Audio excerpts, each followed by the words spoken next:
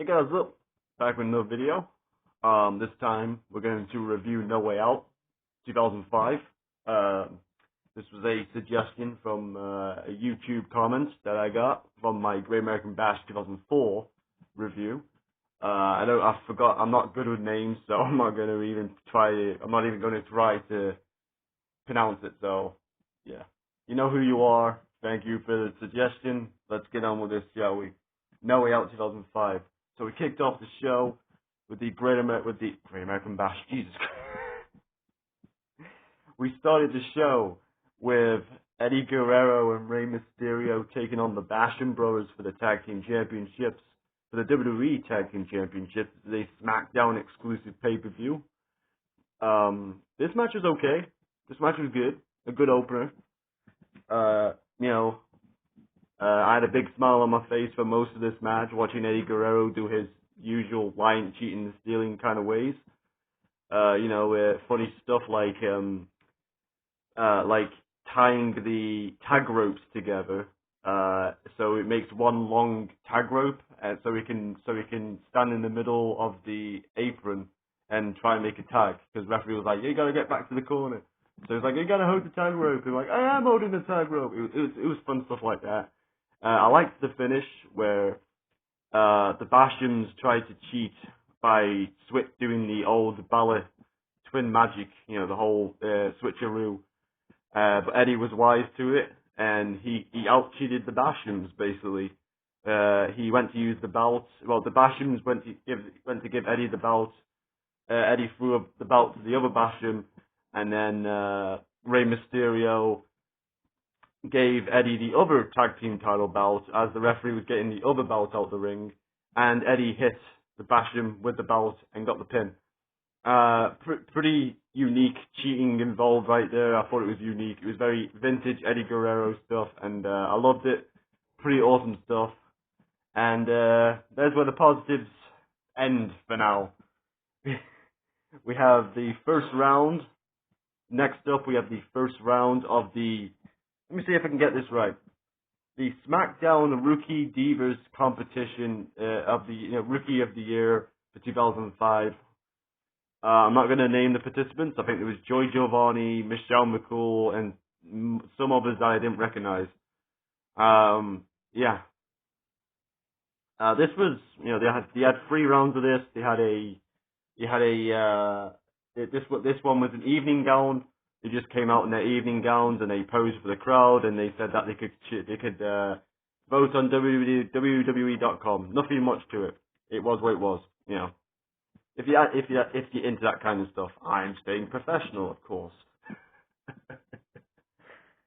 Next match we had Heidenreich versus Booker T. But before we had the Heidenreich Booker T match, we had Heidenreich poetry. Heidenreich read as a poem, and it was very nice. It was very nice indeed. And then he got into the match, and it wasn't very nice. We got into the match, and it wasn't very nice. The match sucked. I didn't like the match very much, and it ended in a sucky disqualification. And, Heidenreich basically hit him with a chair in the throat and got disqualified. Nothing much to it. Let's move on, shall we? It sucked. Then we had the Cruiserweight 6-man elimination match, as they called it. We had, let's see if the participants right here. We have Chavo Guerrero versus Spike Dudley versus Akio versus Shannon Moore versus Paul London versus Funaki, the Cruiserweight champion, for the Cruiserweight Championship in a 6-man elimination match. Very complicated rules. It wasn't just all 6 men in there. It was 2 men start and the other 4 were on the apron. And they couldn't enter the ring until one of the men had been... One of the men in the ring were actually eliminated. So, and they drew numbers. So basically, it was like... So it started with Paul London and Funaki. Went about 2 minutes. Funaki got distracted by Spike Dudley. He got rolled up, pinned, and then the champion was eliminated first, guaranteeing a new champion. Then Paul and Spike Dudley came in. He beat up Paul London for like a minute, and then the referee was trying to get Shannon Moore back on the apron, and Funaki, who was already eliminated, cost Spike Dudley the match then Shannon Moore and Paul London went back and forth. Didn't really care too much about this. It was all going too quickly, and the rules are too complicated for my liking. And then, it ended up coming down to Paul London facing Chavo Guerrero, who was the last person to enter the ring, and Chavo Guerrero won. I get what they were trying to go for with the whole Paul London trying to survive from the first two, being the first person in to the last one in, and then being beaten by the last person in Chavo Guerrero. Good stuff. It was good storytelling there, but apart from that, the match was too complicated. It should have just been a elimination match. The crowd didn't care, and neither did I. So that's all I got to say about that. Then we had the second round of the women's the SmackDown Rookie of the Year. We had a talent competition. Joey Giovanni gave Tori Wilson a massage. That was interesting. One of them tried to tell jokes, failed miserably. One of them tried to dance. It was okay. And Michelle McCool, her talent was she got physical, and she decided to give one of the hosts of the search, Dawn Marie, a slam. So yeah, Michelle McCool, Michelle did pretty well on this one. It was what it was. It's a talent competition.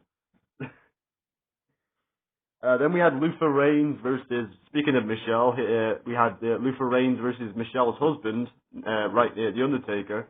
We had The Undertaker in action. We had Luther Reigns versus The Undertaker. It was a good test for Luther Reigns to see if Luther Reigns had what it takes to survive in the big leagues with the big boys, the big main event players. I think he failed. This match was nothing. Didn't really care too much about it, and I felt sorry for The Undertaker because this was just coming off the back of the Heidenreich feud, which I'll get more into in a later review with the Royal Rumble, later in the next coming weeks or so. But yeah, Undertaker, I felt really sorry for him because he always got thrown in with the young meatheads as I call them, like Heidenreich and Luther Reigns, and I know he ends up feuding with Randy Orton for the remainder of 2005, so which was ended up being a really good feud. But this, on the other end, wasn't really that good. I didn't care too much about it, and let's move on, shall we? Then we had round 3, the final round of the SmackDown Rookie of the Year, Divas Search, whatever you want to fucking call it. And it was a swimsuit edition, and as I've written down here in my notes, and I quote, how do I stay professional during a swimsuit edition? It was what it was. They showed off their swimsuits. It was very nice. The crowd got a pop, and the winner was determined. It was Joey Giovanni. So yeah, not much to review here. It was what it was. Anyway, next thing we have the co-main event. We have John Cena taking on Kurt Angle in the finals of the number 1 contenders tournament. So the winner will meet the WWE champion at one of the main events at WrestleMania. This had a big match feel to it. You could see it was like John Cena's coming out party. Not like a coming out party like, ooh, yeah, woohoo. The coming out party of it was a coming out party like it was his big break, like it was his big time to get to the main event. And Kurt Angle's the right opponent for this. I think Kurt Angle did an amazing job. Kurt's so good, and I wouldn't say he carried John Cena through this match, but John held his own, but yeah, it was a pretty good match. I really enjoyed it. And also, the one thing I will say is there was a ref bump towards the end, and I think the crowd was expecting Shawn Michaels to come in to cost Kurt the match, because of what happened at the Royal Rumble with Kurt costing Shawn the Rumble. I think people were expecting Shawn Michaels to come out, but when he didn't, and Cena just rushed him into the corner and then did the FU. I think it was a kind of an anticlimactic finish, but it was what it was. It was like, hey, John Cena won, cool. I think it got the spotlight on John Cena and not on the Shawn Michaels Kurt Angle feud, and that's a good thing. Match itself was good. I had no problems about this match. And then we have the main event. We have JBL defending the WWE Championship against the Big Show in a barbed wire steel cage match. This was a slob to get through. And it was very slow, very methodical. It was the two big guys just, throw every now and then they would throw each other against the cage, but they would beat each other up a little bit. It was very boring at points. I didn't enjoy this match.